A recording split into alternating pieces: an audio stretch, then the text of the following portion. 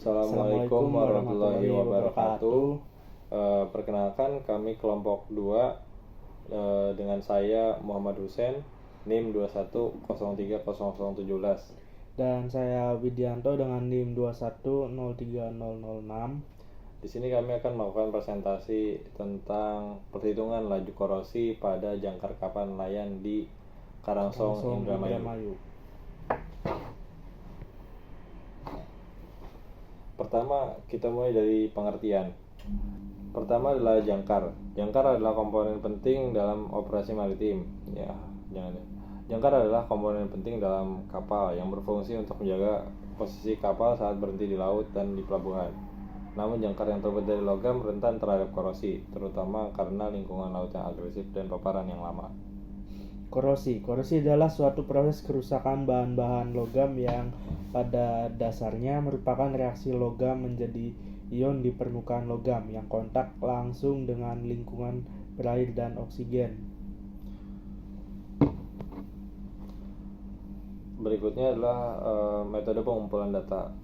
Pengumpulan data yang kami lakukan adalah dengan melakukan observasi lapangan dengan melakukan wawancara pada satu nelayan dan satu mekanik di 2 tempat, yaitu di kapal atau di pelabuhan dan juga di bengkel kapal. Nah, informasi yang kami cari adalah meliputi jenis dan bahan utama jangkar, dimensi jangkar, lama waktu paparan atau umur, lalu kondisi fisik jangkar sebelum dan setelah digunakan, dan juga tanda-tanda korosi yang terlihat, lalu juga pemeliharaan yang diterapkan oleh operator dan mekanik kapal.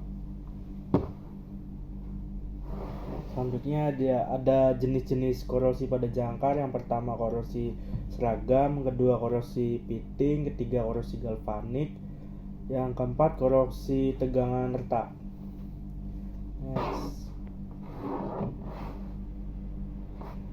Selanjutnya ada penyebab korosi pada jangkar kapal. Yang pertama lingkungan laut yang korosi, kedua kontaminasi biologis organisme laut, yang terakhir gesekan dan kerusakan mekanis antara jangkar dan dasar laut seperti karang. Yang selanjutnya ada dampak korosi pada operasional kapal. Yang pertama penurunan kekuatan struktural, terus ada peningkatan biaya pemeliharaan dan resiko keselamatan. Selanjutnya ada penanggulangan korosi pada operasional kapal. Yang pertama itu pelapisan cat anti korosi, anoda korban, dan pemeliharaan rutin.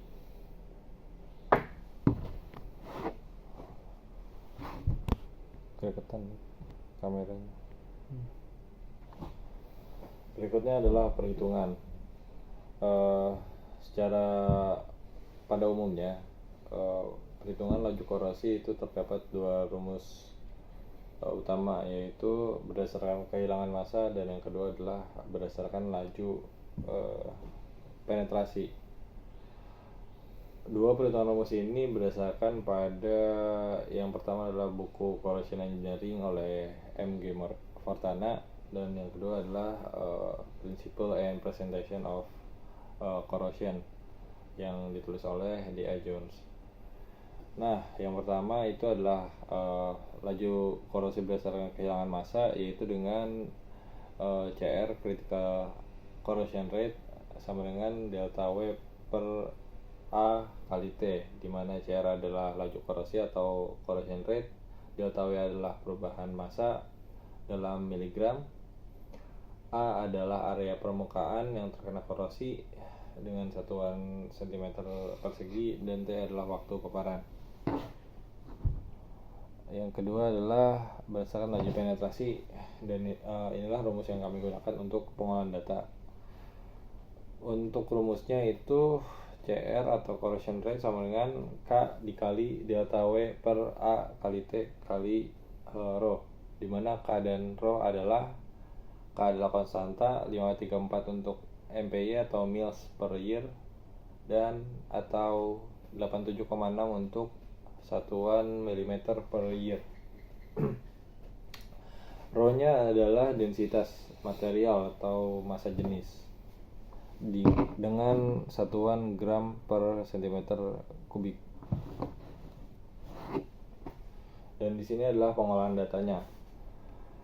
Dari berdasarkan hasil dari observasi yang kami dapatkan, data-datanya adalah dimana delta W kita dapat 50 kg, dimana kita dapatkan dari hasil sebelum digunakan adalah 80 kg, dan hasil akhir setelah terkena korosi adalah 30 kg, sehingga kita dapatkan 50 kg sebagai selisih. Lalu dikonversi menjadi miligram menjadi 50 kali 10 pangkat 6 miligram. Lalu berikutnya ada area, di mana areanya itu adalah hasil dari luas permukaan dari keseluruhan jangkar. Yang kita dapatkan adalah 24.896,74. Untuk waktu paparannya kita dapatkan dari hasil wawancara kepada mekanik dan nelayan, yaitu sekitar 3 tahun dari umur jangkar kapal tersebut secara rata-rata. ROW-nya adalah 7,87, dimana hasilnya didapatkan dari bahan utama jangkar, yaitu besi hitam atau baja karbon grade rendah.